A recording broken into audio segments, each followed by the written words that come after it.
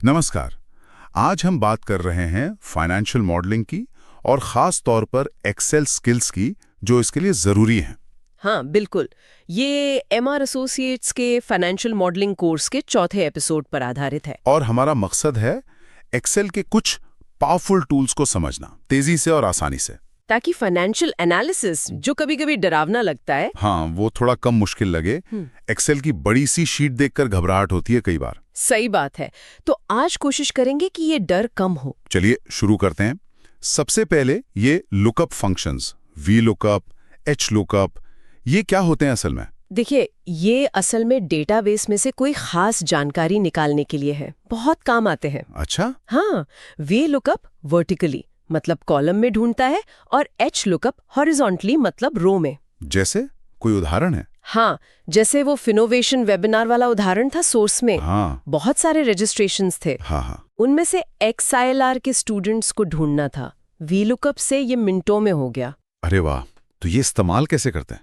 मतलब लिखना क्या पड़ता है सेल में? आप लिखते हैं इक्वल्स टू वीलुकअप, फिर बताते हैं क्या ढूंढना है, फिर कहाँ ढूंढना है वो पूरी टेबल रेंज, अच्छा, फिर बताते हैं कि कौन से कॉलम नंबर से जवाब चाहिए और आखिर में 0 या 1। 0 या 1? हाँ, 0 मतलब बिल्कुल वही चीज चाहिए, एग्जैक्ट मैच। 1 मतलब मिलता जुलता भी चलेगा। फाइनेंस में ज्यादातर हम 0 ही यूज करते हैं। ओके।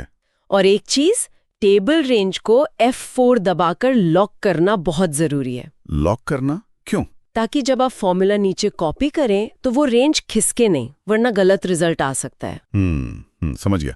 छोटी सी चीज है पर जरूरी है। बिल्कुल। ठीक है, तो डेटा ढूंढ लिया। अब आते हैं ग्रोथ पर। बिजनेस कैसा चल रहा है? बढ़ रहा है या घट रहा है? Growth percentage. हाँ, ग्रोथ परसेंटेज ये दिखाता है पिछले पीरियड के मुकाबले कितना बदलाव आया, साल दर साल ग्रोथ। सोर्स में XYZ कंपनी का उदाहरण था, पहले बढ़ा फिर घटा। हाँ, तो इसका फॉर्मूला भी सीधा है। इस साल की वैल्यू, पिछले साल की वैल्यू, पिछले साल की वैल्यू। और पहले साल के लिए? पहले साल के लिए नहीं होता क्योंकि तुलना करने के लिए पिछला साल नहीं होता ना। सही बात। और इसे फटाफट कॉपी करने के लिए शॉर्टकट? हाँ, नीचे कॉपी करने के लिए Ctrl+D और दाईं तरफ कॉपी करने के लिए Ctrl+R। बढ़िया। लेकिन अगर कई सालों का डेटा हो तो हर साल की ग्रोथ अलग होगी।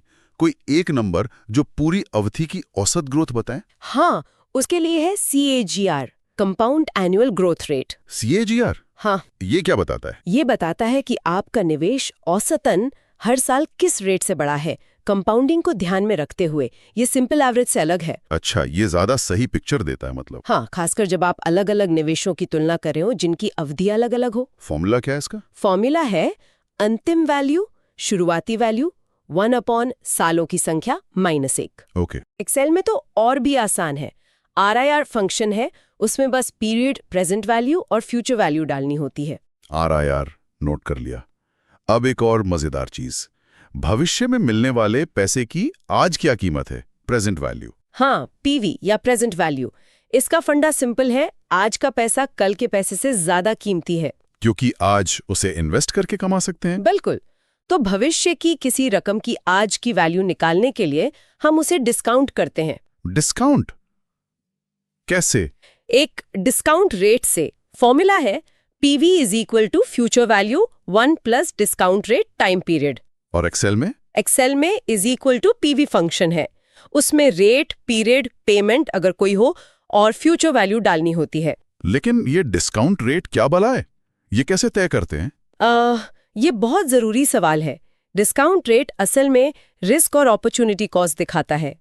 मतलब उस पैसे से आप कहीं और कितना कमा सकते थे या उस निवेश में कितना जोखिम है। ये अक्सर कंपनी की कॉस्ट ऑफ कैपिटल या रिक्वायर्ड रेट ऑफ रिटर्न होती है। तो ये हर सिचुएशन में अलग हो सकती है। हाँ, बिल्कुल। इसे सोच समझकर चुनना पड़ता है। ठीक है, तो हमने वैल्यूएशन की बात की। अब डेटा को देखने में आसान कैसे बनाया जाए? Conditional formatting. हाँ, कंडीशनल फॉर्मेटिंग ये डेटा को विजुअली समझने में बहुत मदद करती है। पैटर्न एकदम से दिख जाते हैं। क्या क्या कर सकते हैं इससे? आप सेल्स का रंग बदल सकते हैं, फॉन्ट बदल सकते हैं, बोल्ड कर सकते हैं, डेटा बार्स लगा सकते हैं, कलर स्केल्स यूज कर सकते हैं। अच्छा। किसी खास नियम के आधार पर, जैसे 100 से ऊपर की वैल्यू हरे रंग में दिखाओ या नेगेटिव वैल्यू लाल रंग में, या किसी खास टेक्स्ट को हाईलाइट करो। ये तो बहुत काम का है। बड़ी शीट्स में चीजें ढूंढना आसान हो जाता होगा। हाँ बिल्कुल। कॉलम सेलेक्ट करें, हाँ। राइट क्लिक करें, हाँ। कंडीशनल फॉर्मेटिंग में जाएं, हाँ। और रूल सेट कर दें। आसान लगता है। चलिए अब आखिरी टूल पर आते हैं। Net present value, NPV. हाँ, एनपीवी। ये बहुत महत्वपूर्ण है निवेश के फैसले लेने के लिए। ये क्या करता है? ये किसी प्रोजेक्ट या इन्वेस्टमेंट से भविष्य में जितने भी कैश फ्लो आने या जाने वाले हैं उन सबकी आज की वैल्यू मतलब प्रेजेंट वैल्यू को जोड़ता है। तो ये पूरे प्रोजेक्ट की आज की कुल कीमत बताता है? एक तरह से हाँ। अगर एनपीवी पॉजिटिव है मतलब 0 से ज्यादा, तो प्रोजेक्ट शायद अच्छा है, पैसे कमा कर देगा। और अगर नेगेटिव है? नेगेटिव है तो मतलब शायद नुकसान देगा आज की वैल्यू के हिसाब से। एक्सेल में कैसे निकालते हैं इसे? Is equal to NPV function है।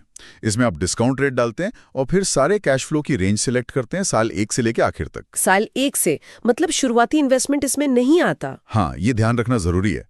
Is equal to NPV function साल 1 से शुरू होने वाले कैश फ्लो को डिस्काउंट करता है।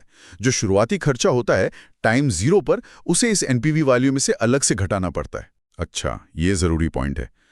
तो संक्षेप में आज हमने एमआर एसोसिएट के चौथे प्रकरण के आधार पर कई एक्सेल स्किल्स देखी। हाँ, लुकअप से डेटा ढूंढना, ग्रोथ परसेंटेज से साल दर साल बदलाव देखना, CAGR से औसत सालाना ग्रोथ समझना, पीवी से भविष्य की वैल्यू को आज आंकना, कंडीशनल फॉर्मेटिंग से डेटा को विजुअली समझना, और एनपीवी से प्रोजेक्ट की ओवरऑल वैल्यूएशन करना। बिल्कुल, ये सब मिलकर फाइनेंशियल एनालिसिस को वाकई आसान बना सकते हैं। अब उतना डरावना नहीं लग रहा। यहीं पर एक और बात सोचने की है, क्या हो अगर हम इन टूल्स को मिलाएं? मतलब? जैसे एनपीवी के जो रिजल्ट्स आए उन पर कंडीशनल फॉर्मेटिंग लगा दें, तो तुरंत दिखेगा कौन सा प्रोजेक्ट हरा है, कौन सा लाल। हाँ, ये तो बढ़िया आइडिया है। या फिर वीलुकअप से अलग-अलग कंपनियों का डेटा खींचकर उनके CAGR की तुलना करें। जब ये टूल्स अकेले नहीं बल्कि एक साथ मिलकर काम करते हैं, तो क्या वो हमें ऐसी गहरी समझ दे सकते हैं जो शायद अलग-अलग देखने से न मिले? ये सोचने वाली बात है। और बिल्कुल, कैसे इन उपकरणों का कॉम्बिनेशन विश्लेषण को एक नए लेवल पर ले जा सकता है। इसी विचार के साथ आज की ये चर्चा यहीं समाप्त करते हैं।